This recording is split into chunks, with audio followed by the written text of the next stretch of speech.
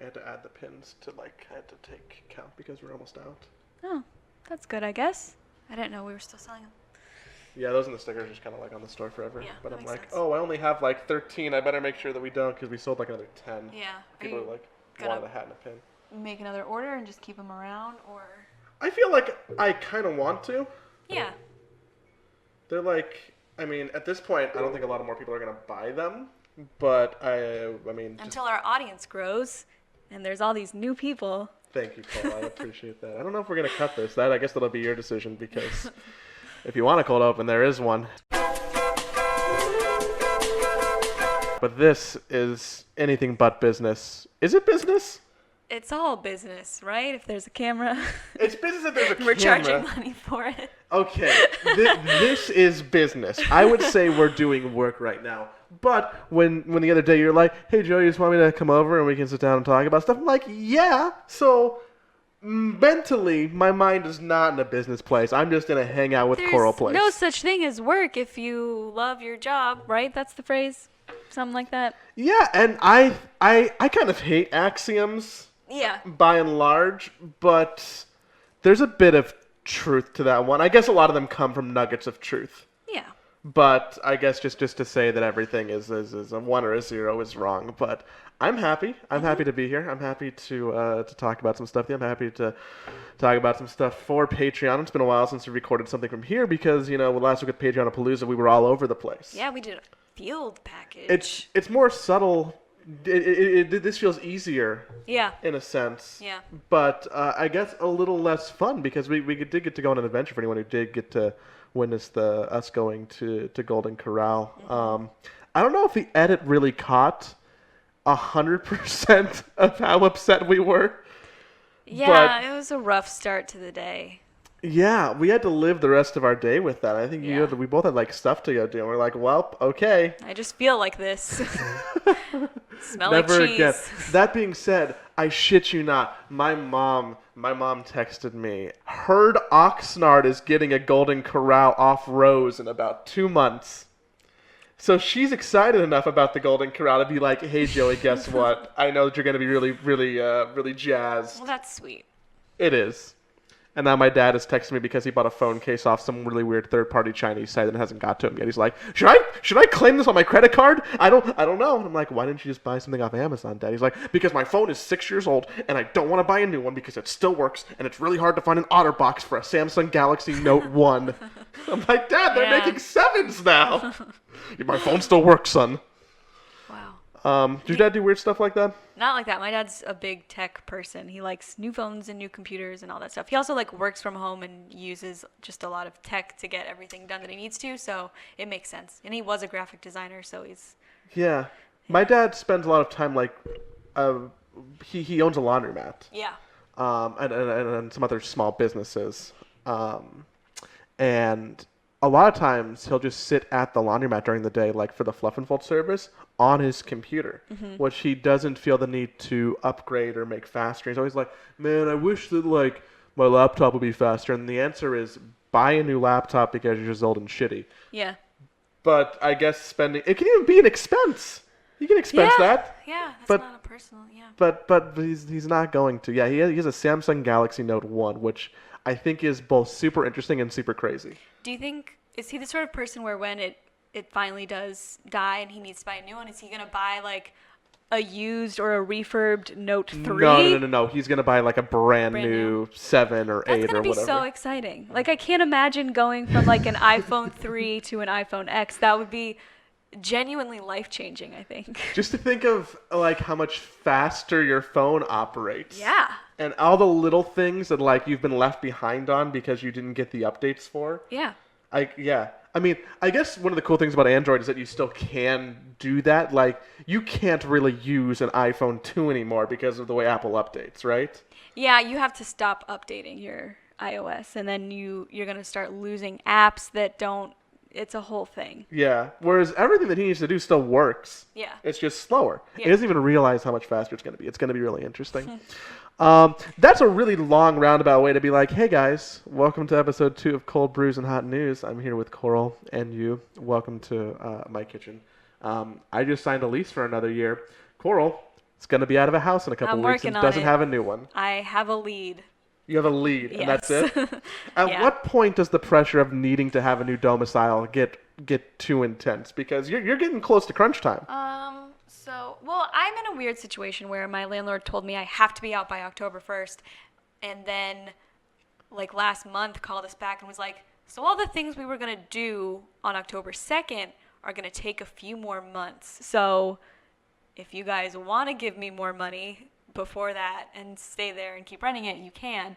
And we said no, but I still, like, deep down I know if crunch time hits, I can just ring up the landlord again and be like, hey, we need another month. Can we just, like, prorate this out another month? And he would, like, 95% sure say, sure.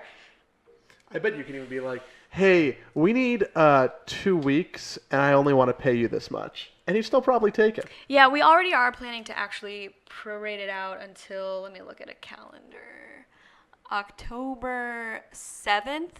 We've already So it talked gives to you him another about it. week. It gives us another week and another weekend, because normally if we find a place that's open on the 1st and we had to leave on the 1st, that's a Monday, so that's tricky to do all the moving in one day.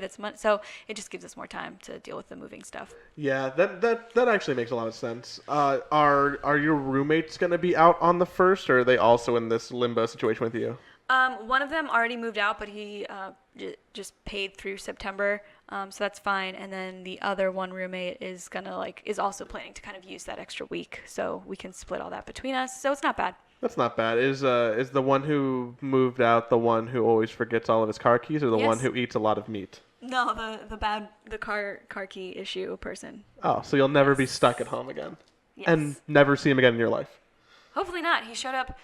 I am going to see him again. He got a bunch of very important mail delivered to the house like a week ago, and we told him about it. And then he came by the other night because he has a pull-up bar that he installed in the ceiling of his bedroom that was the only thing he left in his room. And he came back for that and didn't take any of the mail with him, so he's going to have to come back and get the mail still. That is remarkably forgetful. Yeah. It has to be a combination of, like, stupidity and self-centeredness to forget the amount of things he forgot.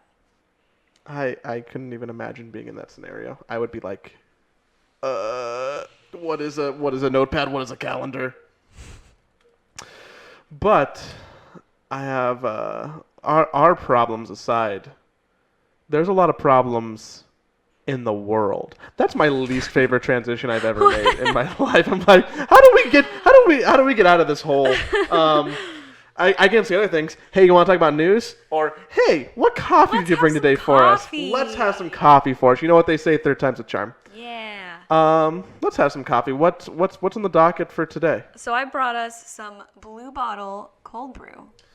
Blue Bottle cold brew. This is a small can. This is a is. little baby can. It's potent. Is it condensed coffee? Is it the kind that you might want to cut with water? True cold brew is very strong, and then typically you cut it, but I believe all of these little self-serve or these single-serving bottles come pre-watered down, but correctly watered down cold brew is still going to be stronger than a cup of coffee. Okay.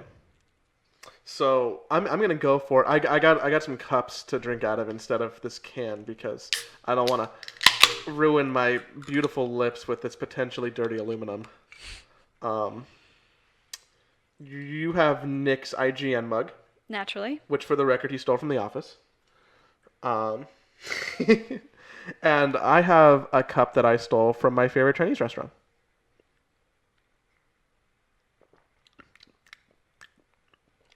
Blue Bottle is one of the only brands of coffee I find a distinct different flavor from, where I think I could taste test and know which one was Blue Bottle and not know any other coffee. There's a berry note, like, right at the front. Yeah, and like almost a little nut too. Mm-hmm. Sorry.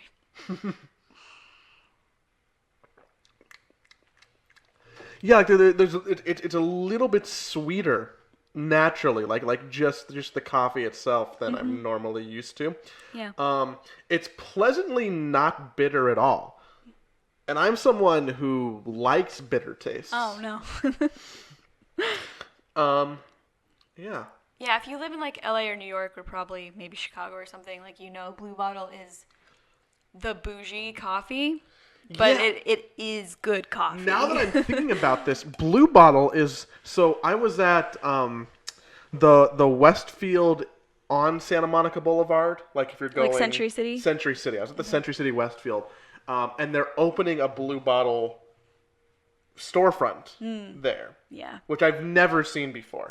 There's two near me, which means they're also near that one. There's one like walking distance from my house, and then there's another one that's like 2 miles away.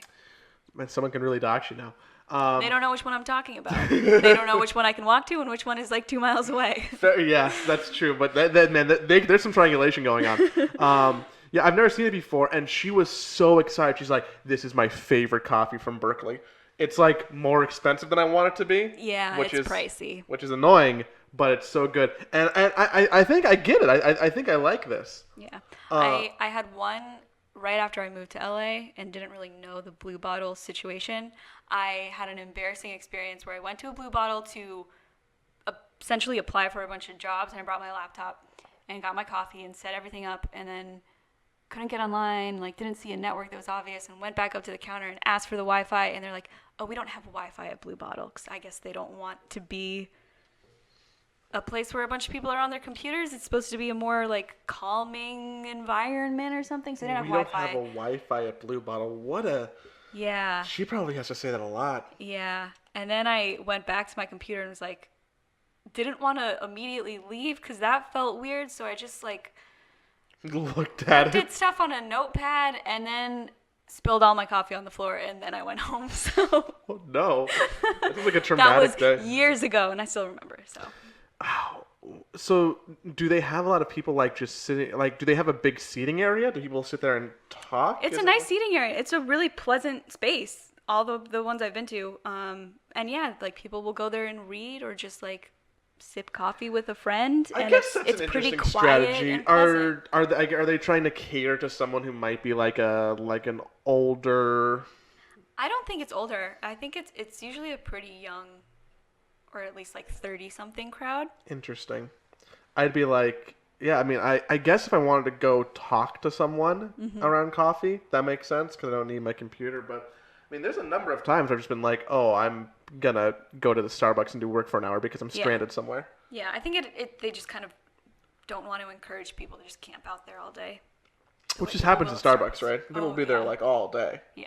I was in Washington, around the University of Washington, which is just a hair north of Seattle, and there was a tea bar I was at, like a really nice. I got like some crazy awesome Japanese tea, and this dude brought his iMac to the tea bar. He was sitting in the corner, and I'm like, does he like work here? Is it like an office here? He's like, no, that guy's been here for like 7 hours. That's And I'm like, wild. Wow. He's like using their power and the internet, just doing work from. That's the next level, like boldness and social confidence. Also, that. I couldn't imagine just like, oh, let me, like a laptop you put in your backpack. What the fuck do you do with an iMac? Yeah. Does he carry it in like under his shoulder, under his arm? That sounds terrible for everyone involved. Yeah, it wasn't great, but Washington was nice.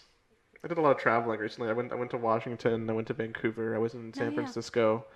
I don't like San Francisco.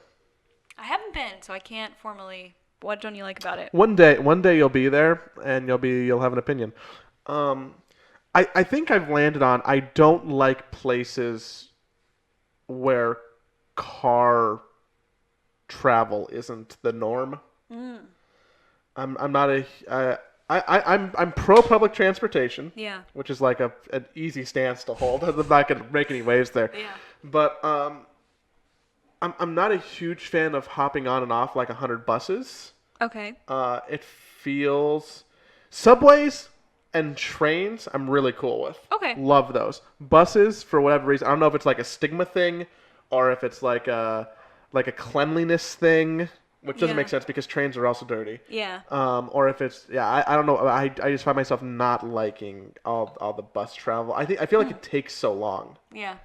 Well, buses naturally have to take longer than like an underground or a rail system. Yeah, they stop more frequently, Yeah. and they're with other cars on the road. Yeah.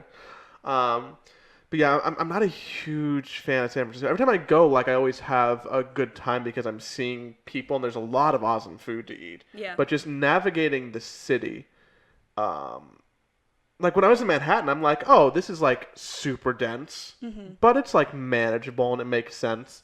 But when I'm in San Francisco, I'm like, ugh. Yeah, and I think the other thing is things like subways are usually mapped out in a more like an easier to understand, flatter kind of map system. Trying to look at bus routes and time things out that way always seems much more convoluted. It's really cool how good Google Maps is now, though, at Yeah. being able to be like, this bus is coming in this minute. You need to take it to that bus, which you'll like. Google, like the amount that Google Maps is advanced for public transit is crazy and awesome. But yeah, like San Francisco's weird. Vancouver's really nice. Their public transit is like really really spot on, but they have no Uber. Oh, that's They- probably good for like the economy. They're the only major city that like in North America that doesn't have Uber. Because the taxi industry is so strong there. Yeah. That they're just like, nope, just Yeah. money veto ban. Yeah. They're gonna get it soon. They're eventually gonna lose that fight. Yeah. Which makes sense, but it's I was trying to use a cab app in Vancouver, and the crazy thing about it is that they when you call a cab on this app, which looks like it's from 2002, I shit you not. I wish I still had it so I can show you. It doesn't tell you that a driver has accepted your ride until they're about 3 minutes away. So you put in a request, your location, your destination, kind of like you would on Uber, except with a much worse UI. And then it says, okay, ride accepted. Cool. Who's going to pick me up? What cab? What number? What's the ETA? You know none of those things until it is almost time for you to happen. So you could be waiting for like 15 minutes, even though you know someone's coming, but you don't know when or where. You don't know if you can walk Yeah. around the corner. You don't know if you can go back in and get another drink. Like, you don't know. Is that actually better than just going out and hailing a cab? There were some areas where I had to use it because there weren't cabs around to Okay. hail. I only took like 3 or 4 cabs, and like twice I was in like a remote area where I was not going to get one. Yeah. It was much easier when you were like in the city, just be like, Right. hey, can I have a cab? Which is also weird because I've never done that before. I'm just like, pick me up, please. And they're like, oh yeah, you're going a long ways away. I don't know why I'm doing an accent like this. Can I stop and get gas? And I'm like, sure, I guess. But Yeah. it was all weird. It was all weird. But Vancouver's really cool. I want to go. Big ups to Vancouver, big down to San Francisco, big happy meetings about Washington. I still just want to live in LA. That's my recap. I always come back from these adventures and be like, Yeah. I'm an LA boy. I like having my car. I like being able to drive 10 minutes no matter where I am to a Target and buy whatever I need. I like Yeah. that literally everything I would ever need is around me and within an hour for the most part. Yeah. I don't know if LA is my number one, but it's definitely above New York. I would never want to, or if I was very rich, I could live in New York happily. But I couldn't live in New York. At Money solves like, a lot of problems in New York. Yes, it does. And I can get by at the place I am now in LA so much easier and so much more pleasantly than I could in New York. Absolutely. So big ups to LA.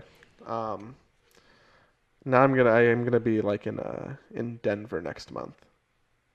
Definitely taking our situation to be like, oh, Southwest had a sale on flights a couple months ago, and I'm like, oh, Yeah. I'm gonna buy a bunch of $60 plane tickets. That's nice. So I also feel poor because it Yeah. was not a great financial decision, even though it was like cheap. Yeah, the But- thing about having a lot of free time usually also means you don't have a lot of income at the same time.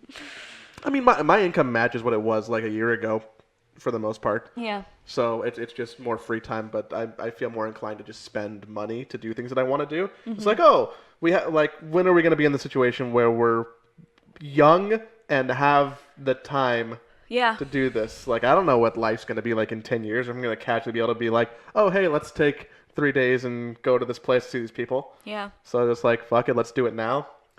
I was talking to Nick about it the other day. I'm like, I feel really poor, but then I look at like, oh, I have like, a car that I own or stocks or it's like this weird thing that I've been wrestling with to kind of comes to terms that like I'm not actually poor even though my bank account looks low because everything is diversified in other places and Right. it's like weird and scary and I like haven't come to terms with it yet. But yeah. Anywho. I don't know how we got there. I do like the coffee. I'm glad. I think out of most of them, this has been my favorite. Yeah. I got my grandmother a big like $25 tin of Groundworks from Whole Foods, the one that you like, because I also like it. Yeah. Nick buys it sometimes; it's on sale. Because she drinks probably, I shit you not, 3 pots of Folgers coffee a day. That's a lot of diuretics. I feel like that's just gonna. I really wreck wish you. everyone can meet my grandmother just so they can understand, because I tell like all these weird stories. She drinks 2 to 3 pots of coffee a day. That's insane. She drinks coffee literally up right before she goes to sleep. She also probably smokes a pack and a half a day, which means that not only does she have all the coffee, she has all the Yeah. nicotine, and she's like 5'3" and weighs 100 pounds. So, Is she severely dehydrated? no, everything is fine, I think. Doctors always tell her, like, wow, you're doing really well. Sans the smoking. Stop doing that. Yeah. Don't smoke. Anywho, I got it for her because I'm like, oh, she would treat herself and buy like a little bag of Dunkin' Donuts every now and then just to like get a different coffee. And I'm like, what if I buy her like a really nice coffee? Yeah. She gets it, she grinds it, and she's like, I don't know what grit to grind it at. I ground it too thin, then I ground it too thick, and then, I put in the recommended dose, but it was so strong. Yeah. What do I do? So she's like having this crisis where she would never break my heart and be like, hey, Joe, I don't like the coffee. Yeah. She would never do that. And I'm like, if you don't like it, that's fine. I thought it might be like a fun experiment. Like, it's okay for you to not like something. Yeah. But the answer is like, oh no, I'm still just like trying to figure out the right formula. Meanwhile, as I know, she just like is like, oh man, I got to drink this coffee that I'm not into because Joey bought it for me. So yeah, don't always get 70-year-olds who are used to doing the same thing every day for 50 years, something drastically new, because sometimes it scares them. Yeah. Even if it's just Yeah, as simple that's as fair. new coffee beans. Yeah. Got a system that works. Got a system that works. So what? We got a little document in front of us that has Yeah. some news. Yeah. So some hot topics from mostly today. Yeah. So like this is a hot drop, and I know people who were looking for the news. I don't know if they expected a small episode of The View before the news, but That's what you get. that's what you got. Yeah. Yeah, I mostly just ran down Twitter trends this morning and just kind of compiled stuff that I thought was interesting, and that's it. That was my plan. So I pulled something. Did you get a new Twitter picture? No. No. I mean, like, maybe 2 months ago? A month or two ago? I guess you don't check my Twitter that often. I still just want to believe that it's always Britney Spears. I saw on Twitter today that there's like this nonsense string of letters that is trending that I know is not on the document, but do you know what that is? Because I tried looking at it. I didn't even see that. You didn't even see, what is this? Iridescence? Iridescence. What is iridescence? It's the new Brockhampton song. Okay. Yeah. Everything that was posted about it made no sense either. It's like, why is this trending? I don't get this. I'm so confused. How do you even say this? I guess I was in the how do you even say this camp because it recognized that it was iridescence. They're all like crispy memes.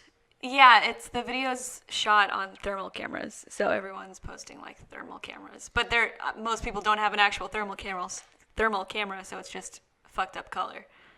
But yeah. Man, they should have like paid Instagram to have like a thermal filter that says like iridescence, new single. But like Brockhampton doesn't need to do that. You know, they're Big. ahead of that. Yeah. Yeah, I guess. And the youths like them enough that I feel like stuff like that is tacky. The use. Can we say the use? Oh, I say the youths all the time. The I'm not a youth. youth anymore. You're not a youth anymore? No. I want to pretend that I am. I'm a young person, but I'm not a youth. I told someone my wrong age yesterday. Oh no. Not intentionally. And I said I was older than I am. Yeah, right before my last birthday, I was like, oh, this is my late, I'm almost 30. And then I just like, in my mind, that just meant I'm 30 now. And just felt like I was 30 for a few weeks. Does it make your parents feel weird that you're old? I don't think so. I haven't really talked to them about it though. I know that my mom used to struggle like when she was like turning like 40 and 50. She's like 52 or something. But now the focus has gone off of her and onto me and my sister in her head, where she's like, it's not even I'm old, it's my kids are old. Yeah. I mean, that sounds scary. Because it just relates back to you Yeah. also being old. But aside from iridescence, I know that Space Jam was trending on Twitter. Yeah. Because LeBron James is the new Michael Jordan. Yeah, and Ryan Coogler, who did the Black Panther movie, is producing it.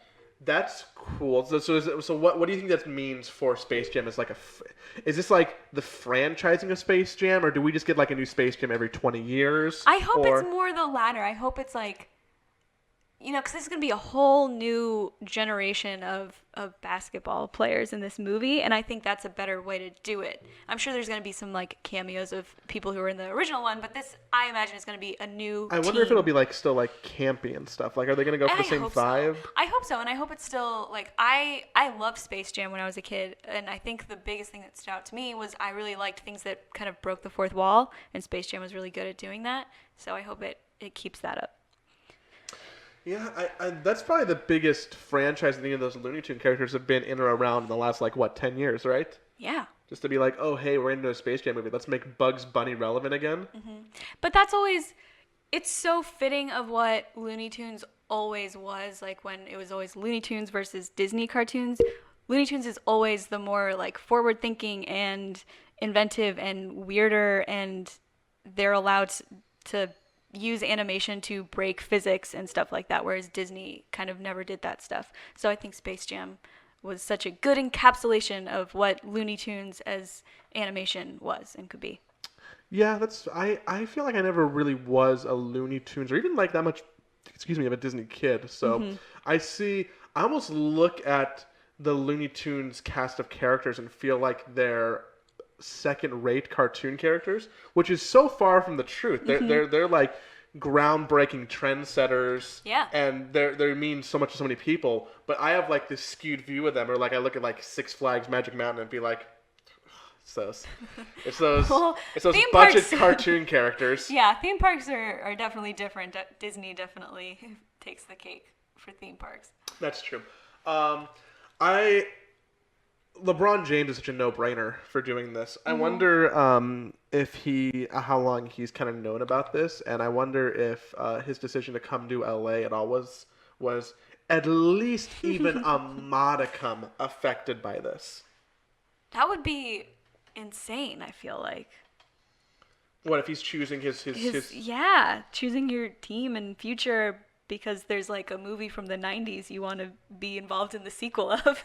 But I'm not saying that that's the reason he's making a decision, but like it surely had to, like, if he's making a list of pros and cons, it at least has to like be a single bullet point of like, oh, I'm going to be in LA for this. This also can't be, this isn't the first time they've tried to bring back Space Jam. Like, I'm sure the first one did really well. I'm sure that was immediately in talks for sequels that just didn't come together for whatever reason. And I'm sure like every 5 years since it's come out, someone's tried to like revive it.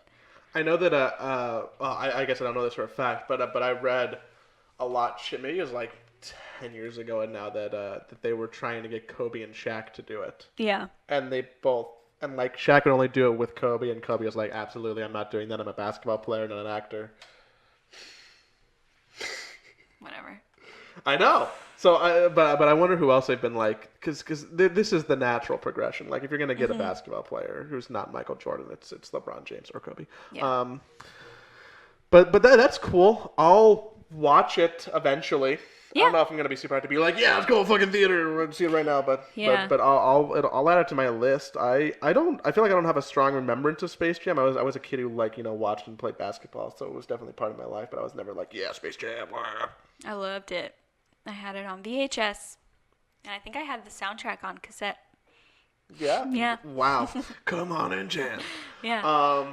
But in other media news, Twilight Zone What's up with the Twilight Zone? Yeah, Talk to me CBS about the All Twilight Zone. Access is moving forward with their Twilight Zone revival, I guess, and it's going to be hosted and produced by Jordan Peele, which everyone's very Why do I excited know about. Jordan Peele?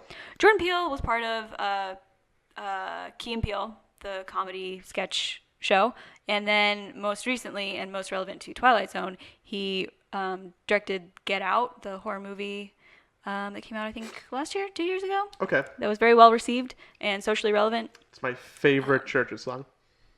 Socially relevant. I feel like you're a person who enjoys Twilight Zone. I am. I've never sat down with a collection and worked my way through it, but it's something that I've always caught an episode of here or there, made a point to see the great episodes that people talk about a lot. And I'm excited for this. I think he's a really good fit, especially stepping into Rod Sterling's role in the original, who was the host and narrator, but he also created the show and produced it and had a reputation at the time in Hollywood for being a very young, feisty producer who would fight with execs all the time for that show to make sure it wouldn't just be a spooky story every week. It was something that had a perspective and was pushing forward on social issues and things like racism and wars, and that was important. My understanding to him. is that there wasn't a lot of super mainstream outlets that did that at that time period. Exactly. Either. Yeah. So that was kind of a bastion for people who were, I guess we just call them progressive at the time. Yeah. Which is cool. I wonder how this will exist in a world where, I guess Black Mirror has pseudo taken the place of the Twilight Zone in the whatever we call this decade. Mm-hmm. It's not the aughts. It's the, what do we just say, the tens? I guess the teens. The teens? Yeah, I don't know. I don't know. We'll figure it out in 2 years. How do we look back? What will the serious channel that talks about the music from the 2010s be called? Yeah, I'm interested in what that interaction will be, because I'll probably watch just out of curiosity. I never watched a lot of Twilight Zone episodes because I have a thing where like really old televised media feels weird to me. Part of it's the black and white. Part of it is it just feels like it's from a different era, which it is. But it's hard for me to just sit down and be I'm gonna watch a season of MASH or the Twilight Zone or something like that. I feel like Twilight Zone would be easier though because it doesn't take place in the real world. It is.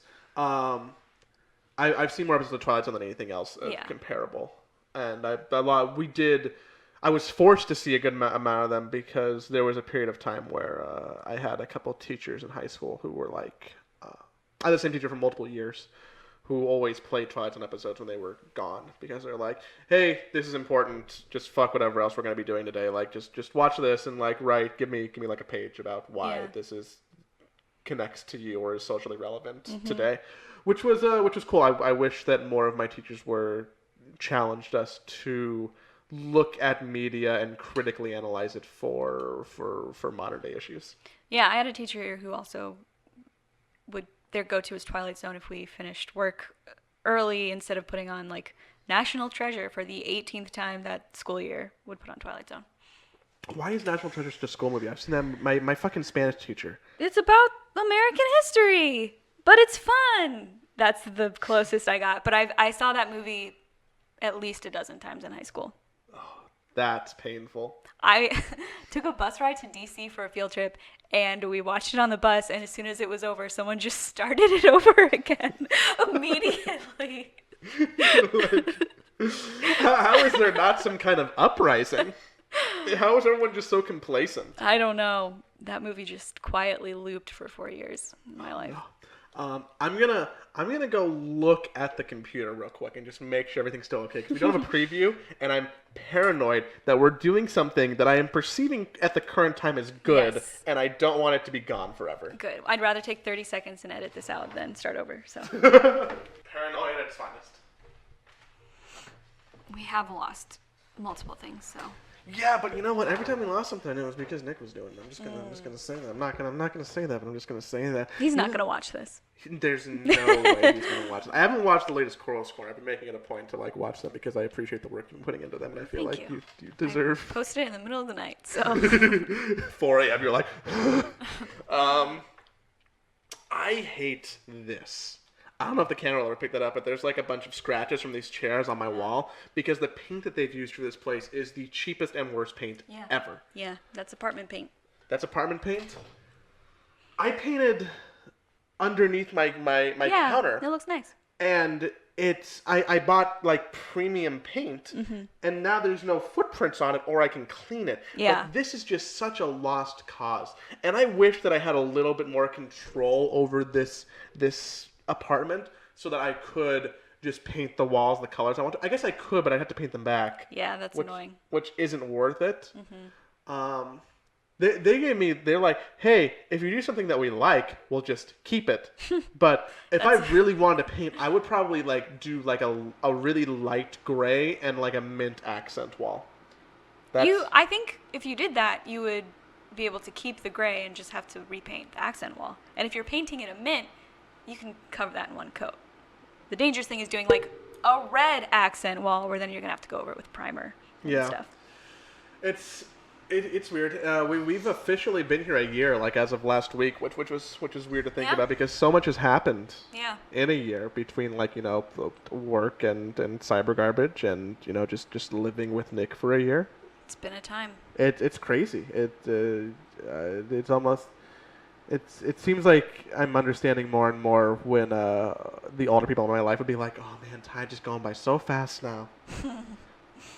I recall like my grandparents or like my aunt saying that a lot, and me being a kid and being like, "What are you talking about? The school week was so long." Yeah. And I'm like, "Fuck, it's gonna be Christmas again very soon. I gotta start getting gifts." Yeah, it's crazy to me that I have officially lived in Los Angeles for a little over 4 years, meaning this part of my life has been longer than high school was and has been longer than college was. Yeah. Because high school and college both feel like this monumental, huge part of your life and like a very important, just like it feels huge. And then this is just adulthood now, and it's just kind of rolling by, and there's no measured importance on time anymore.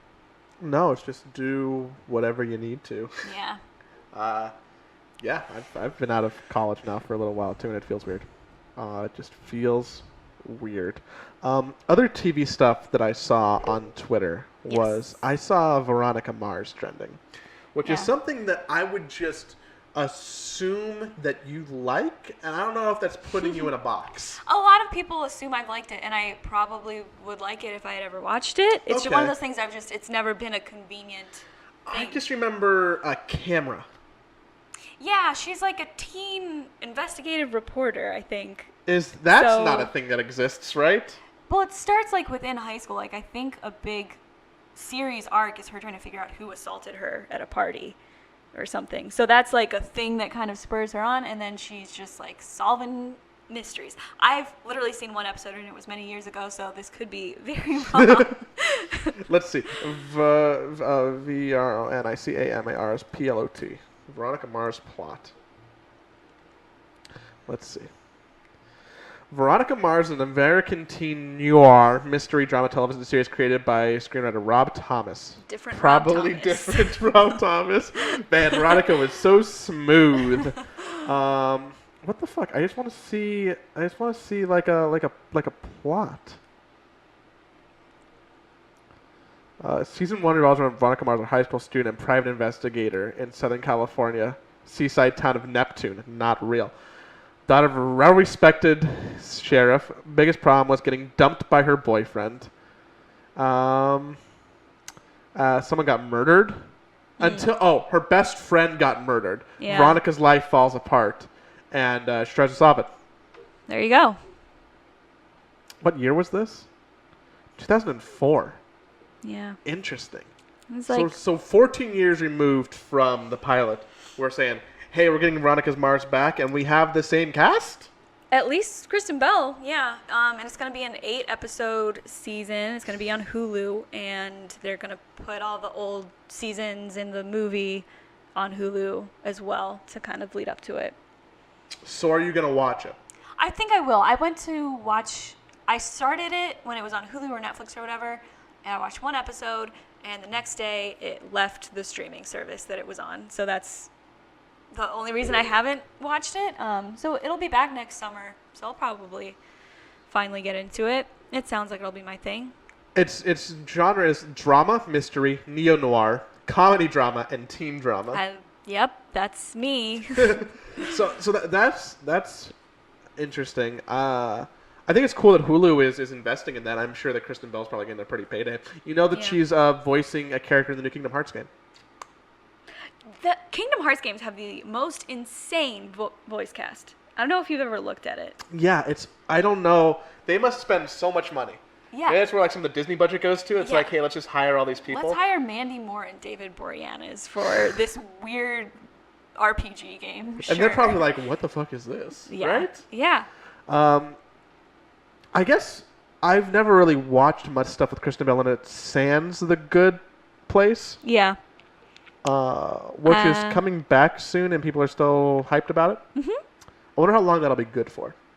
I think it's paced so quickly, and that's been its like strongest point to keep it good, because the arc of season 1 of The Good Place on a lesser show would have been a 5-season this is our entire show story because arc. there'd be so much more filler.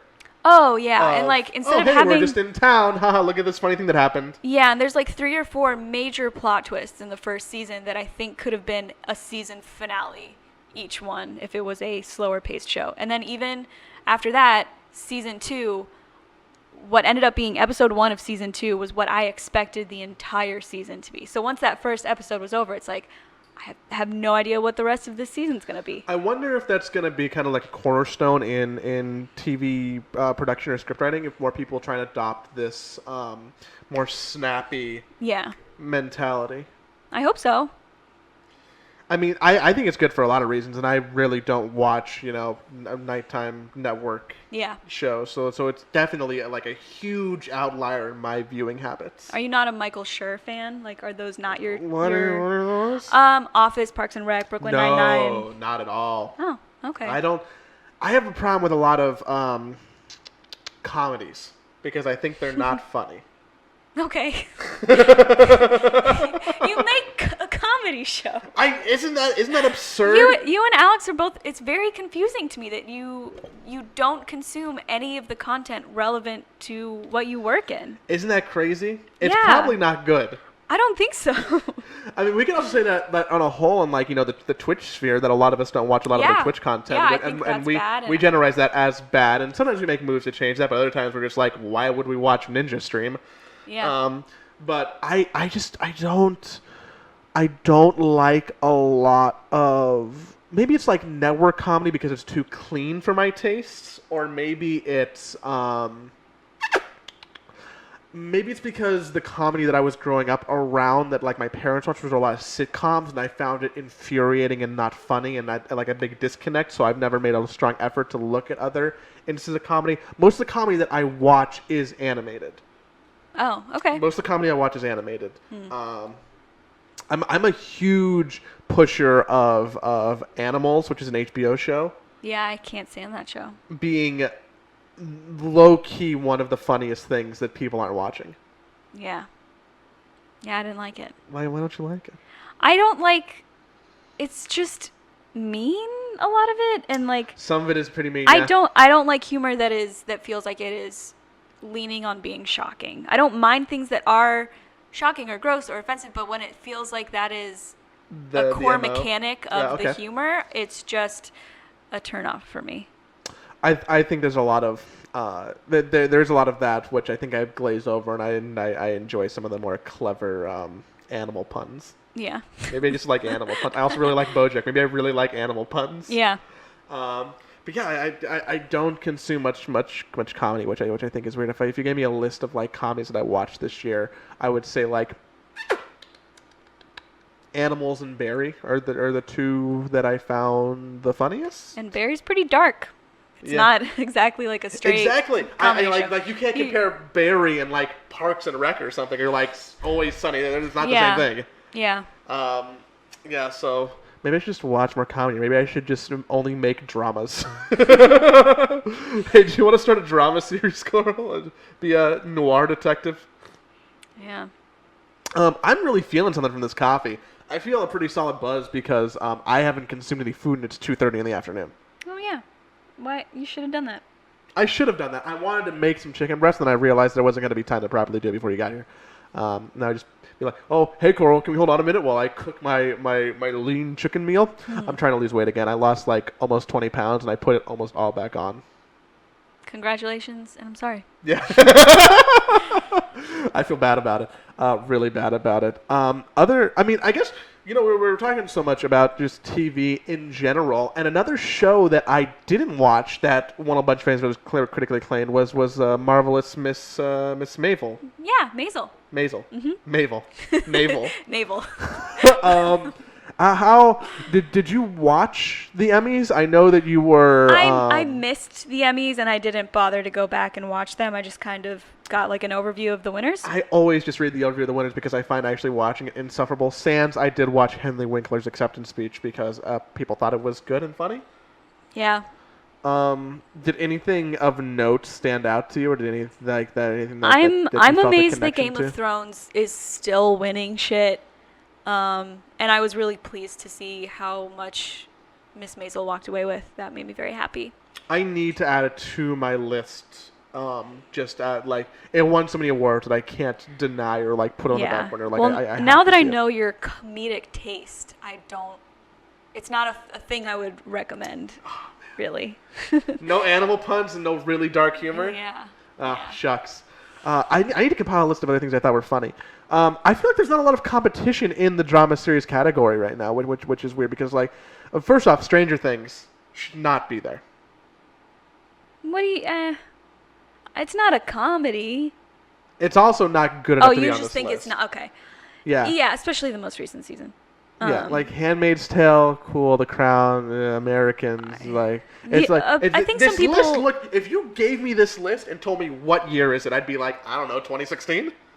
Yeah, a lot of people hoped Americans would get it for its final season. But wouldn't it get it that would be next year that its final season will be up? I thought this was the last one. I don't know. I don't know either. But yeah, so out of the things for outstanding comedy series, I don't like Atlanta. I thought Barry was really good. I never watched Blackish, but I do sometimes still watch Modern Family, which is not good. It's not. I would not recommend.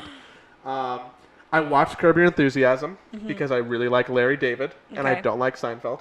Okay. I don't think the season of Curb was particularly good. It felt kind of phoned in, which sucks after you take an 8-year vacation. Yeah. I watched Glow. I'm almost done with season 2 of Glow now. I'm someone who tangentially has an interest in wrestling, so that I have that in it, and also I don't think of it as like a comedy. Like I don't think it really made me laugh very much. No. There's the one episode where it's just an episode of the show they're making, where you don't have all the that was really cool. good. I thought was really cool. I liked that one a lot, and that was the most, I think, just straight comedic episode of that show. But a lot of it's not. It's more of a drama, I feel like. Yeah, it's a dramedy. I didn't watch Marvelous Miss Maisel. I watched Silicon Valley, which I also would not recommend anyone because that show has not been good for literally 4 years. But yeah, everything else that came out, I wasn't too excited or hyped about. We weren't nominated for any daytime stuff, which is just interesting. Is this the first time that RuPaul's Drag Race run reality show? It might be. I think that's interesting. Yeah, I think Amazing Race gets it a lot. Or Survivor had a lot of them, which I think was passed off to Amazing Race. And I think Shark Tank was in that category and won a bunch. All right. Whatever. The Americans dude won lead actor. He did. So that's fine. Overall, I feel like this wasn't the strongest year of television ever. No, I don't think so. I don't think so. It's like a rebuilding year. Yeah. A lot of things are ending or about to end. And there's not a lot of things that I feel passionately that are up and coming. There's not a lot of season pilot seasons that I was super hyped on. Yeah. I guess except for Barry, which I'm sure will be bad in less than 2 years. Because that's the way HBO shows work. Yeah. It's hey, pilot season, really good. Second season, either bad or on par. Rarely, if ever, better. And then just off a cliff. Yeah. What else we got going on? I know that it says Yeezys here. And my knowledge of Kanye in the last day or today was that he was complaining about Nick Cannon and fucking and Chris Brown for saying that Yeah, they I had can't. sex with Kim Kardashian. I don't know about any of that. You don't know about any of that. Nope.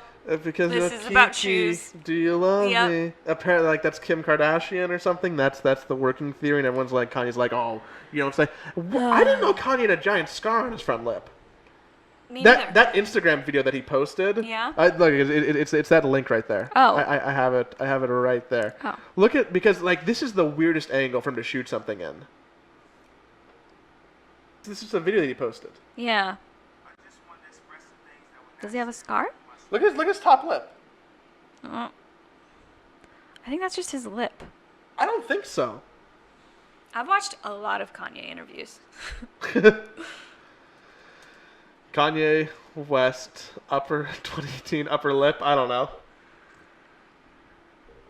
It's There's like a big I think line. that's just his lip, but it's exactly in the middle. It almost looks like a tear. I think that's, yeah. I don't know. So Kanye's going fucking crazy on Instagram because he probably has new music to put out or something. Yeah, he's doing a follow-up to Yeezus, and he said he's working to make sure that the new shoes are going to be more readily available to people because they have always been very expensive and limited releases, and they sell out very quickly. And these new ones are up for pre-sale, or they're about to be released on tomorrow or something like that. People are excited that it's going to be easier to access. I don't see what's so exciting about the shoes. So I'm not a sneakerhead. Yeah. I understand that there is a strong culture of people who are into like the Yeezy series and like the Kobe's and like the newest Nikes or Adidas. Yeah. They all look very similar to me. Mm-hmm. I don't, and like some of them like have cool like fabric that like I'm into. Yeah. But I just can you clue me in at all in like what makes these special? I'm not a sneaker person, so I can't really speak to the overall phenomenon. I think for me, the only thing that's like, Wow, this picture is very. The other thing is like the campaigns for Yeezy are always pretty interesting and original. And this new campaign that he posted on his Instagram, I actually like a lot. But a lot of the shoes are like, they managed to look both futuristic and very like 90s dad shoes. And somehow they check both marks, and they managed to look very clunky but also sleek in a weird way. So that's my only take on the shoes. Yeah, I know Nick likes them a little bit more than I do. I mean, I'm kind of, I guess, stuck in my way. I wear a lot of Vans high tops. Mm-hmm. I really like them. Yeah. I know that I like them. I never struggle to get them. Part of me wishes that I was more into this culture because I would probably be a shitty person in scalp sneakers. I would 100% like buy 100 and then be like, whatever, but I would buy them and be like, here you go, put them on eBay. Yeah, you gotta wait in line for a long time for fancy ones. There's like services now that you can subscribe to get access to pre-orders to buy sneakers. It's like it's crazy the economy in the last 12 to 24 months that's popped up around like these and similar shoes. Yeah. But for me, it just looks like a pair of like white nothings. Like there's nothing exciting about these Yeezys. Looking at all these Instagram posts. Yeah. They just look like. I could not tell you the difference if I walked into like a Finish Line or sneaker store about what's exciting about these. They just look like white shoes, which would probably get dirty. Oh yeah. Yeah, they just look so. Whatever. I don't really get it. But I guess trying to make them more available just makes sense because why he's creating a market for scalpers and other people and not for the actual consumer. So why you should take that money instead of the scalpers, right? Like just why I don't know why they wouldn't just take pre-orders of a shoe and be like, hey guys, these are going to be out in 2 months. Do you want them? And then they know what the demand is, and then everyone who wants a sneaker can get a sneaker. Yeah, I think that changes the manufacturing timeline and the resources you can use to make them, and then that changes who actually would like. I think it is hard to do just on-demand manufacturing, On that scale, $220. these are the cheapest shoes he's made. That's I'm pretty sure. At least the cheapest, like, sneakers. crazy. Yeah. Yeah. I don't know. I guess I'm just from a different. I get $20 Vans high tops. Yeah, the most expensive shoes I've ever bought were, I think, $60. I've paid $60 for shoes before. Yeah. Anything more than that, I feel like I would have to be in love with the shoes to be like, I am gonna spend $80 on shoes. Yeah. And even after 80, it feels like I would just never buy them ever. Yeah. Interesting. I know that we sent a little bit of a precedent with the first episode of this show that we're willing to talk a little political. Mm-hmm. And browser tabs all across the world close. But how much do you know about the Supreme Court situation? Not as much as I should. Would want to? Yes. Okay. And why is that? Is it because you finally feel apathy for this administration and like everything? I think it's because it requires me to make a choice to seek out the information, and that is such an unpleasant. Like that's choosing to walk into a room that is uncomfortable. You know, there's something about like knowing that the world's a bad place and it's getting worse, and it's something you should do, but it is still hard to do, to decide you are going to spend an amount of time learning about things that make you actively feel very bad. Yeah. So. Which, I mean, I guess if you're super cynical, like that could be like, part of a strategy of a government who's trying to suppress people. It's like, oh, well, I mean, if we put out so much information, if they get so apathetic and if they don't want to seek it out because like it's painful for them, then like, they're kind of winning. Yeah. But at the same time, like, I mean, I am not as educated today as I was 6 months or a year ago because of the pure amount of information. Yeah, that's the other thing. Is it used to be where like you could spend, a couple hours a week and feel very informed. And I don't feel like that's enough anymore. Like there's constantly things happening. There are constantly CNN news updates that I don't have all the context for, just popping up all day, every day. But the big thing over the last couple weeks now is obviously I never say this guy's name right. Kavanaugh. Mm-hmm. I want to say like Cadova, like Godova chocolates or Kavanaugh. What are Godova chocolates? Godiva? Yeah. Which adds a new layer. Kovana. Ghirardelli.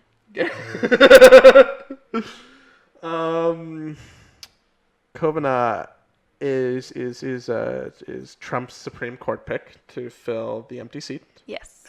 Which he went through some live broadcast Q&A over like 3 days with the Senate. Mm-hmm. And now they're going for a vote, and if they're going to confirm him, and rightfully people are mad. Mm-hmm. Because not only is a president who is under such scrutiny and literal investigation by the FBI getting to appoint not one but two justices, it's also this pick is remarkably problematic. And I think just at a base level, what annoys me is the fact that party line politics are so strong that people can't take a step back and be like, wait a second, if this was anybody else, this person should be in jail, or like such an obvious bad decision. Yeah. But that doesn't matter anymore. No. At all. People just want to win. Like they just want to get their side. And if anyone victory. should understand that mentality, I feel like it should be me, because I'm so like pro win at all costs, do whatever you need to do. Like this is bad, or like just win. But that's, oh man, it's so heart wrenching to see anyone struggle to defect, to be like, oh, this is bad. But do you know why this is bad? Like what's the latest on Mr. Chocolate? Well, a woman came forward and said that Kavanaugh assaulted her at a party when they were in high school when she was 15 and he was 17. And that's kind of almost put the brakes on this whole process, but not really. And the Senate, Republicans in Senate want her to testify. They want her to testify on Monday. And she has said that she doesn't want to testify until a full FBI investigation has been launched.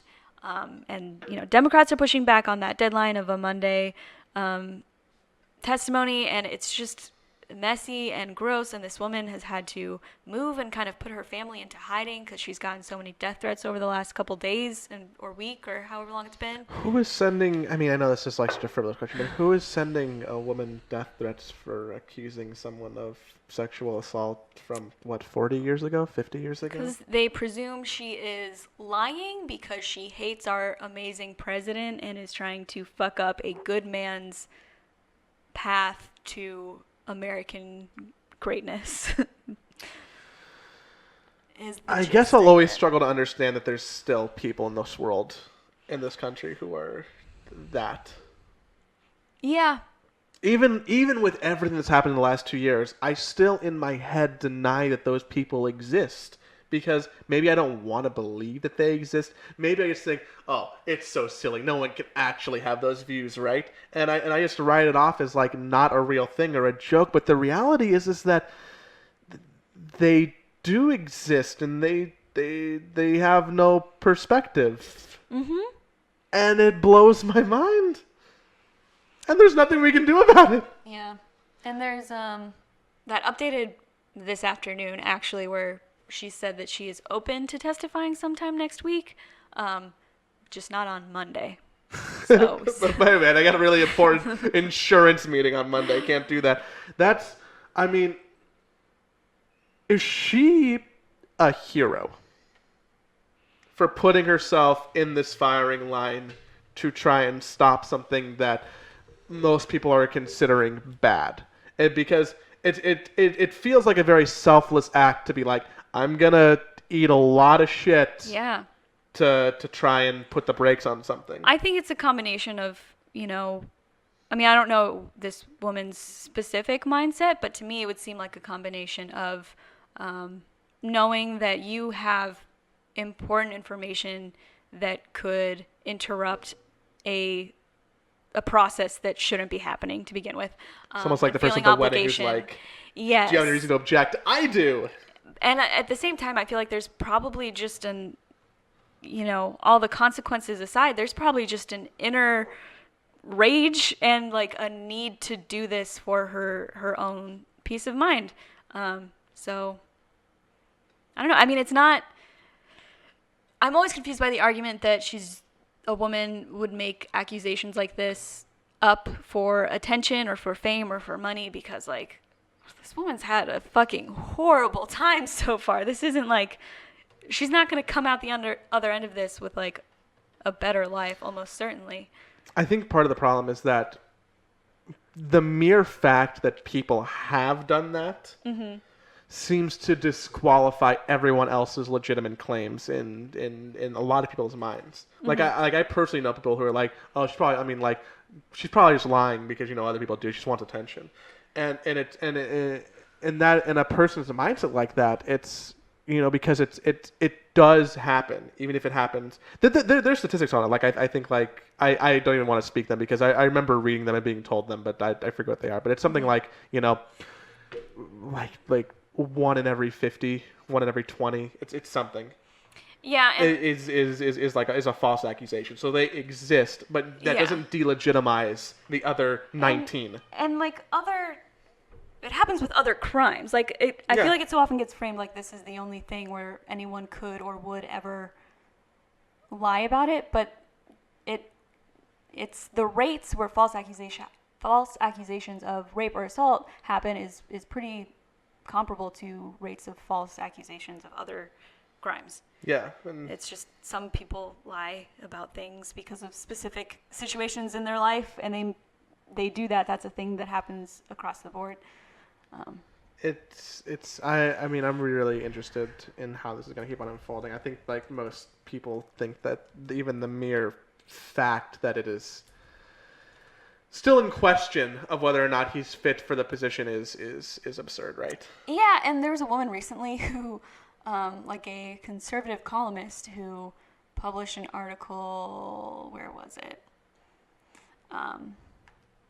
posted an article saying, like, maybe they're both right. Maybe she did get assaulted by someone who looks just like Brett Kavanaugh at this party. And that's, like, her solution to this whole debacle of, like, we can just trust everyone and move on because it's probably just someone that looked like him, which is such a dystopian propaganda. Just a stunning attempt at a solution. That bothers me. Yeah. I wish. What is Brett going to be confirmed for the Supreme Court? Yes or no? Yeah. Yes. Yeah. Yes, it's gonna happen. Yeah, because there's so many things that I would have said no if they happened 2 years ago or in an isolated incident, but it's just been like, this whole presidency has been like, well, that's not going to happen, and then it happens, so. We're past the point of reason and logic. It feels like it, yeah. I just hope that I hope that if it does happen, that it really is the straw that gets people so unbelievably motivated and mobilized. Yeah, I don't think it is. How does it get worse? I mean, I think it's been worse. I think babies being drugged in cages and taken from their parents is probably the worst we could do, and that. Hey, let's take money against cancer research so we can pay for these.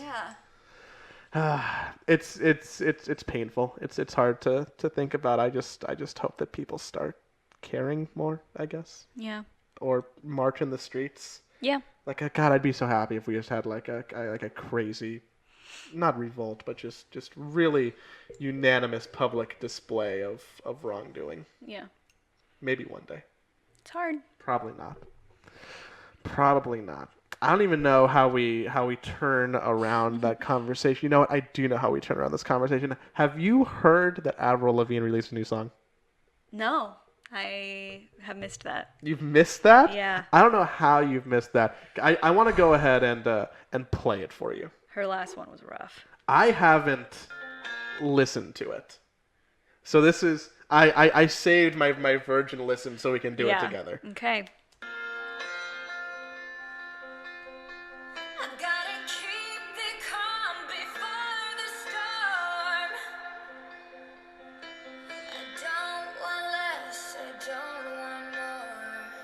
I would have no idea this was Avril Lavigne.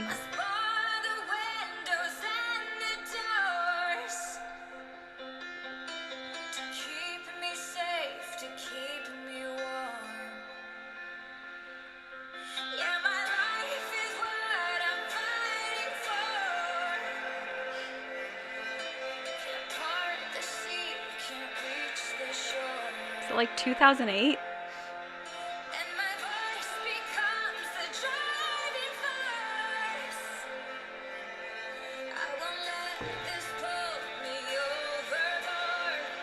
Maybe.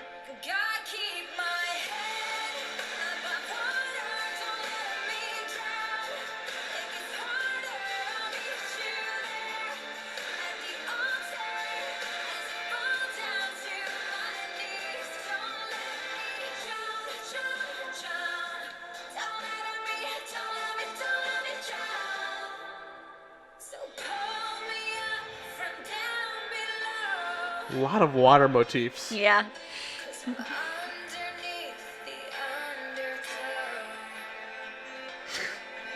Is that where you...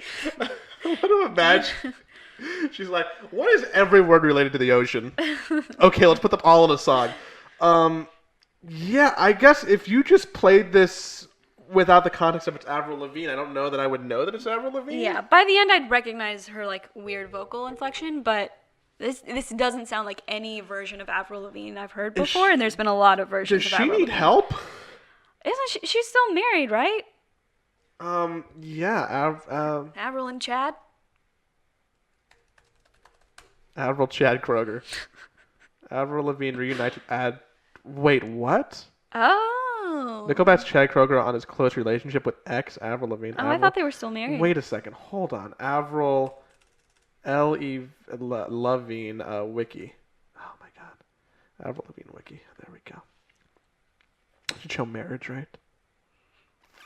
Spouses. Chad Kroger, 2013 to 2015. They've been that was divorced for brief. 3 years. Longer than they were married. Wow. Yeah, does she need help? Sounds rough. She's I'm only 33. I feel like she's had a rough go of it.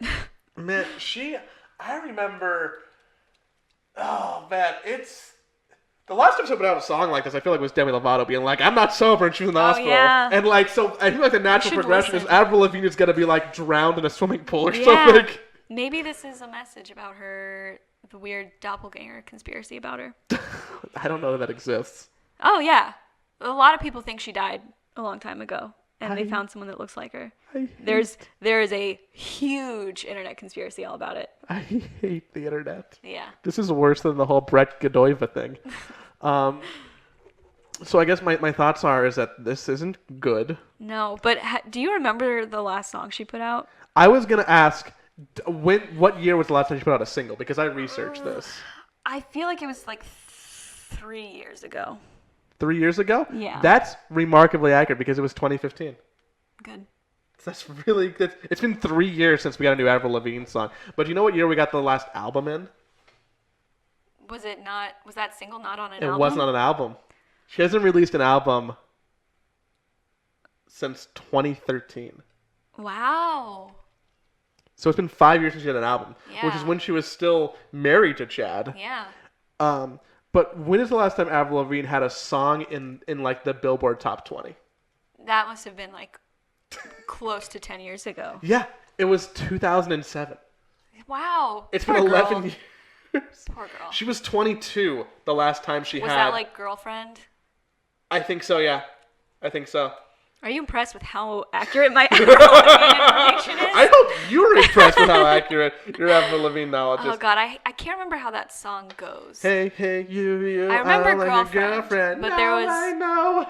a really bad song. The last Avril Lavigne song? Yes. It is, let's see, discography.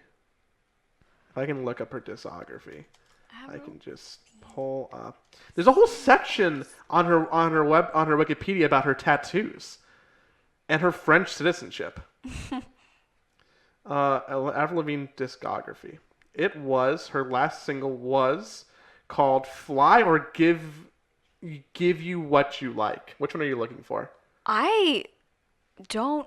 It might be "Fly" because that's the one. It was number 92 on the Canadian chart, and that's the only way. I don't know if I've heard that one. I might be thinking of something much older. I might be thinking of something from 2013.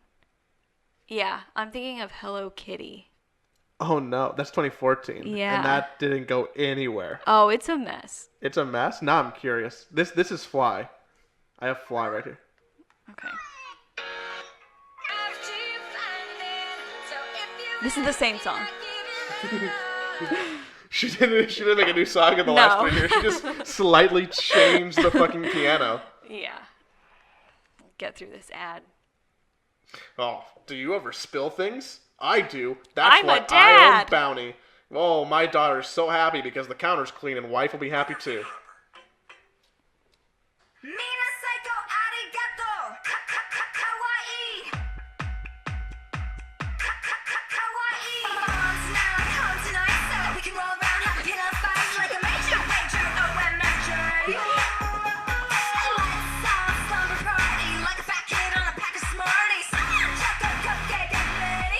Like a fat kid on a pack of Smarties. This is the song that I want Avril Lavigne to make, though. This feels on brand.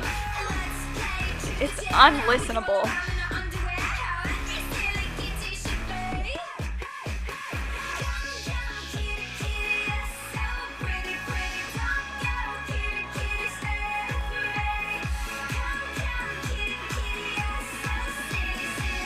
It's like she watched a K-pop video and was like, I'll make one of those. Yeah. And then the drop.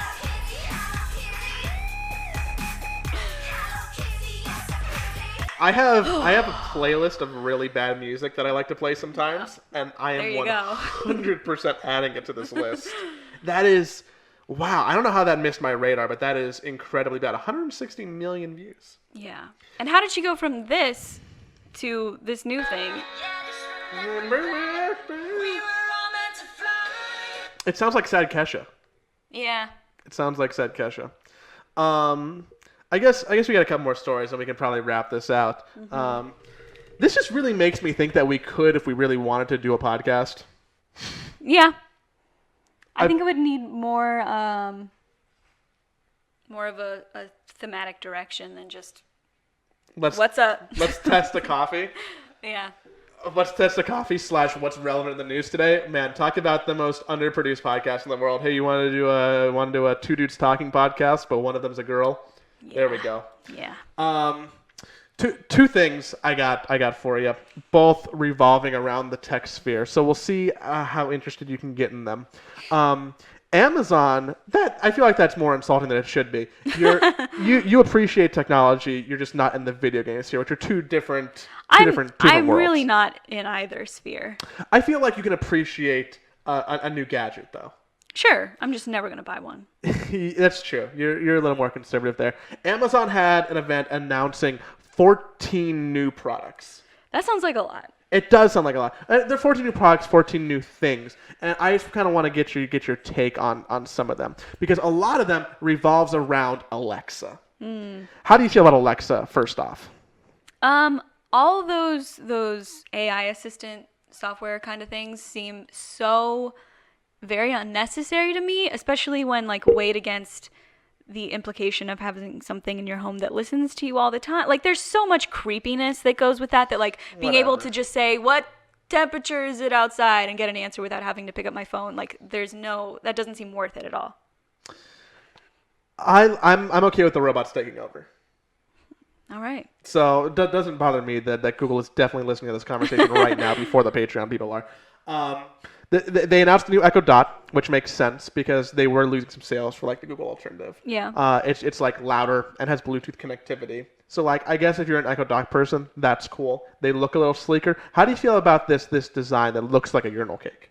I don't like the rounded edges. I prefer a sharper edge. Is that like just a full aesthetic choice, like across the board? No, because I prefer rounded edges on like phones. Interesting. Okay. Here, let me cut you with a fucking 90-degree angle. New iPhone. So Amazon is Echo and Alexa to cars. This was one of the big things. The Amazon says it has built the ultimate portable device for taking Alexa on the road. The Echo Auto will be available to start for $25. Okay?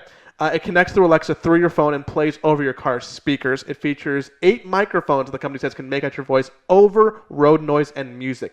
You can do all the usual Alexa commands, and it'll send you like, map updates and whatever you prefer in your navigation app. So like you put it on your dashboard, it connects to your phone or like to your Bluetooth, so you can have Alexa in your car. That sounds way more appealing than like an in-home thing. And it actually makes sense as being way more practical because you can't do those things if you're driving. Do you feel like that solution already exists though?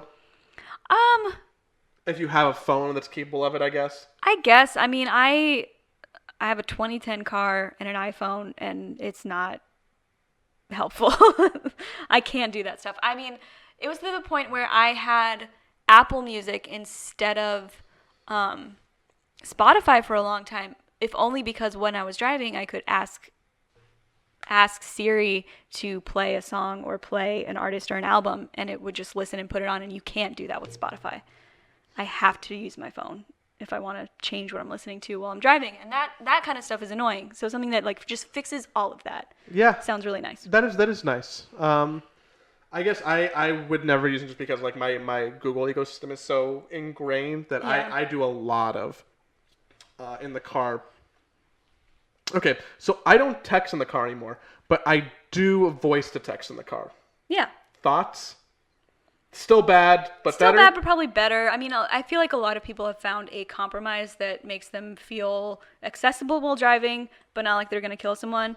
I text if I'm at a red light, or if I'm fully stopped and my foot is on the brake, I look at my phone. And I know that's still bad, but like I'm not going to hit a pedestrian if I'm not moving my foot off the brakes. That's what it comes to you. Like, I'm not going to hit a person. I guess so. It's like, what's the worst thing that'll happen if I'm not paying attention while I'm at a red light? I miss when it turns green and someone honks at me. And that's rude, sure, but like, it's fine. That doesn't bother me. It doesn't feel dangerous. It feels like I'm inconveniencing others. Okay. More Alexa stuff. They added a new alternative that's even smaller than the Dot that has no speaker. So you just connect it to a speaker you already have. It's just like an Alexa receiver microphone situation. Okay. Which I guess makes sense. I can probably use that instead of a Dot. Yeah. I'm sure that's fine. I'm sure there's a market for that they've researched. How about this big as fuck Alexa subwoofer? How would you like to have one of these in your house? No. Does it make it? It can be an end table. It's $125 for a big subwoofer. No need for that speaker? No, I would just That's get almost a the nice price speaker. of an Alexa. Yeah. Like one of the real ones. How do you feel about like the shows, which are the Alexa devices that are like countertops that like show you pictures? I think that might be useful, like, in a kitchen. Well, I say that, but that's just because I've seen commercials for stuff like that where So they're someone telling needs a you. YouTube video to dice an onion. And, like, I don't need to be shown things in the kitchen. It's fine. Okay. Useless. Well, okay, I got one more for you. The Amazon Basics microwave. Amazon's own Amazon Basic brand is putting out a new microwave that takes advantage of the new Alexa Connect kit, which will also be made available to third-party blah, blah, blah. It connects to your Echo device over Bluetooth. So you can tell your microwave to do something over your Alexa device, and it's a cheap microwave. It's a $60 microwave that ships later this year. But, like, why? So you can be like, Alexa, cook my steak. But don't... You have to actually You put still have to go use your microwave. And You put just don't something have to press buttons. in the microwave. I feel old. I feel like I'm not getting... I don't know. I feel disconnected from the world around me. Or the Echo wall clock. So you can have Alexa talk to your clock. Is that for, like, Set a timer. alerts and... Maybe? Yeah. In a different room. I don't get it. They're also doing like a record player. That's just kind of funny. It's just kind of funny. Yeah. I guess they're trying to keep up with building the Alexa ecosystem, as they say, I guess. We're just like they're building a smart home. Yeah, they're building a smart home. I Yeah. don't need all of that. I have a lot of smart home stuff. Yeah. I feel no need for a microwave or a wall clock or a thing Yeah. that doesn't have a practical use. My door lock opens my door automatically when I walk by it. Yeah. That's nice. I don't take my key out of my pocket. My Google Home answers questions and turn my lights on and off. Yeah. Like, that's cool. Everything else, Yeah. I mean, Don't- I wonder don't how many of these things are not step one is introducing them, but then there's something planned later on for how are all of these things going to definitely. talk to each other, and that's where the real usefulness of them is going to come in. Because right now, yeah, Alexa-enabled microwave is completely useless, but I'm sure in a year it'll talk to your alarm thing that tells you dinner's supposed to be in 30 minutes. Don't you need to start microwaving? Like, I'm sure it's all going to talk to maybe like itself. if I and had be like an helpful. Alexa for my oven that can like preheat it before I go to. Yeah, that would even make more sense. Yeah, because I mean I'm already gonna go there. It's just preparing something for me. Yeah. But it's not gonna prepare the food that I need to put in the microwave. Yeah. I got one last thing for you, and I don't know if this affects your life at all, because Bird scooters Yes. turned 1 year old. Wow. It's been a year. Have they been in LA for a full year though? Yes. Oh wow. It's actually a little bit. It's a year in LA. They've been around for 14 months. Dang. How do you feel about Bird scooters, top level, top down? Are they around you? Yes, they Have are you used definitely one? now. No. Because you don't have a need to? Yeah, I mean, there are Not even just for fun? there are so few distances that are too far to walk, but doesn't feel worth driving, where I've never felt the need to. And yeah, I'm not like excited to hop on a scooter, so I am excited to hop on a scooter. That's why I'm like, dude, I just want to ride one around for fun. yeah. Because they're fun, they're fast. I feel like their business model of just like not telling the community and leaving them around suddenly has not gone well for them. They were just introduced in Athens, where I'm from, and LA is not much of a walking city as it is, so they're not super annoying, but I feel like if you're on a college campus or you're in a walking city, they're gonna ruin your day all the time. I know around UCLA, a lot of people are very mixed. The people who use them think they're the best thing ever. The people Yeah. who don't use them think they're the worst thing ever. Yeah, And it it's is like- polarizing along those lines. Suddenly, walking in a pedestrian area is now you I have don't know to if we dodge explained scooters. what birds are for someone who might not know what a bird is. Yeah. It's an electric scooter that is in densely populated areas, which is purpose is you scan the barcode on your app. You may have seen a bike similar to this, and it allows you to ride it like for a per minute fee, per distance fee. They're fast, and really the goal is like for somewhere that's too far to walk but too short to like Uber or drive to. Yeah. Or something that a car can't access, like around a college campus or somewhere you would take a bike. They became very popular around college campuses and in densely populated cities. They have a strong contingency of people who are against them for various reasons. You may have seen viral videos of people destroying birds, like throwing them into lakes. Or I was in Westwood recently and I saw 5 birds that all got the wires clipped. So they look like they're fine, but all the electronics are clipped going from like the component to the scooter, which is really shitty. I guess not as shitty as like literally destroying one because you can fix it easier, but just they're useless. Yeah. They put them wherever. People pick them up and take them home to charge them, and they get paid like per bird they get charged. So it's like a business for some people. Yeah. The big thing that makes them different from like bike share things, and you might have said this, but is that you don't have to go to a place to pick them up. You can drop them literally anywhere. There is no parking spot or place for them to live. It's just like you're at your front door, you drop it on your lawn, or you abandon it in the Ralph's parking lot, and that's fine. That is how they're meant to be used. And on your phone, it'll show you like where the nearest ones are. Yeah, and so they were disallowed from Santa Monica for a little while. Yeah. In Los Angeles, because they were like clogging. People were mad about them, and they have more money in Santa Monica, so they can really fight things politically better. Yeah. But so they came to a compromise with the city, and now Bird as a company is building a bunch of parklets in Santa Monica that are also bird stops. So you get to have little parks that are probably like 10 feet by 10 feet, an area where you can like sit down, open your laptop, maybe like have a snack or something. Yeah. I was at one in San Francisco recently, which is like weird. It's like, oh, let's go eat at the park. And I'm like, what the fuck's that? It like takes up parking spots, which is interesting. Normally they're like in parking areas. Yeah. So each parking lot is like removing about 2 parking spaces, which I guess is okay, they've determined. But that's like where you have to like park your bird or bring your bird back to now. And that's kind of the compromise they're working, so that they can't be dropped anywhere, and they're doing some community good by adding this community space that's being taken care of. So I don't know if that's going to be a net positive. It feels very American and very bad future to me. Because when I hear stuff like that, like parklet, that to me, my first thing is thinking of how different that is, and the fact that that has to be made by a company and all that stuff. And how distinctly different that is from like if you go to a European city and there's just like a huge public square, and it's not owned by a company. No one was forced to put it there because they're doing something else that's bad for the community in general. It's just like a huge, huge, huge public space that serves the purpose of being a public space where people can be. And this feels so like the dystopian alternative to a public square.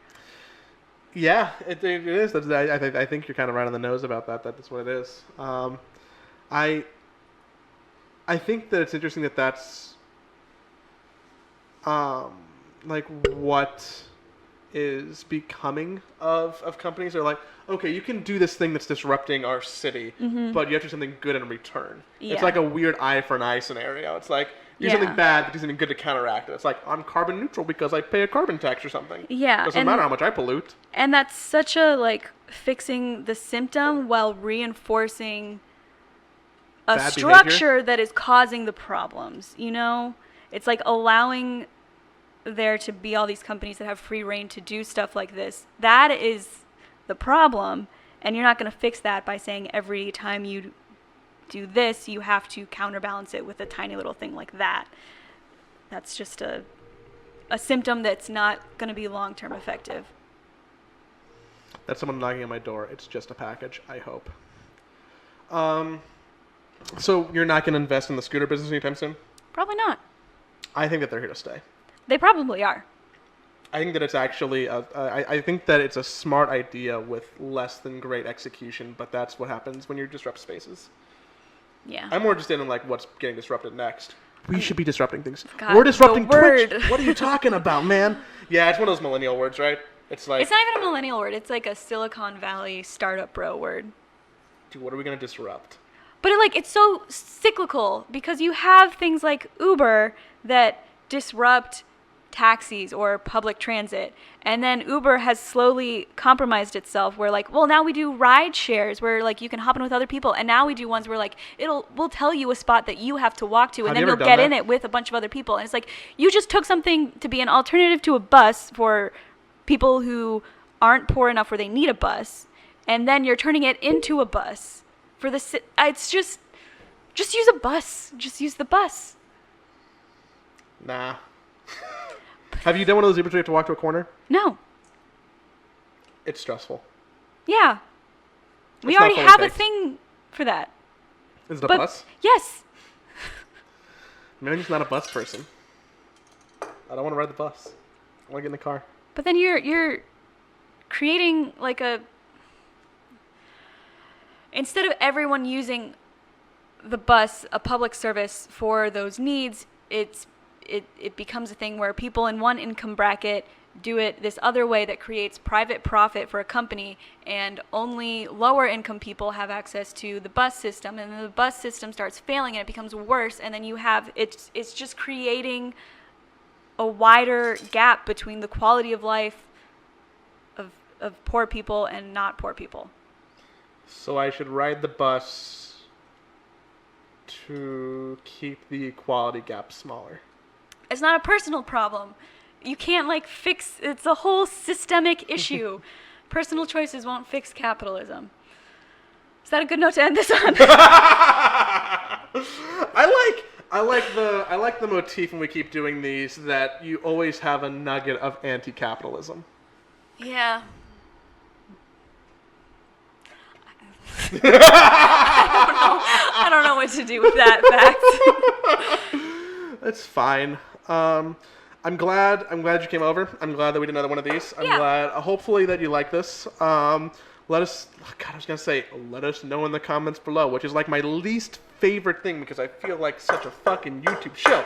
Yeah. But yeah. Any feedback on this? Because I know that we do have an audience that just enjoys listening to us talk. Yeah. To each other and to them. And I know that we have people who like podcasts. Yeah. And I know that we have people who probably will just look at the fact that this is going to be like a 2-hour video or MP3 file and be like, well, fuck that. So I'm interested in how worth it this is to however many people are getting it, because I think it's worthwhile. I think that that realistically we could do this on our channel as an ulterior as an alternate piece of content, and it would be cool.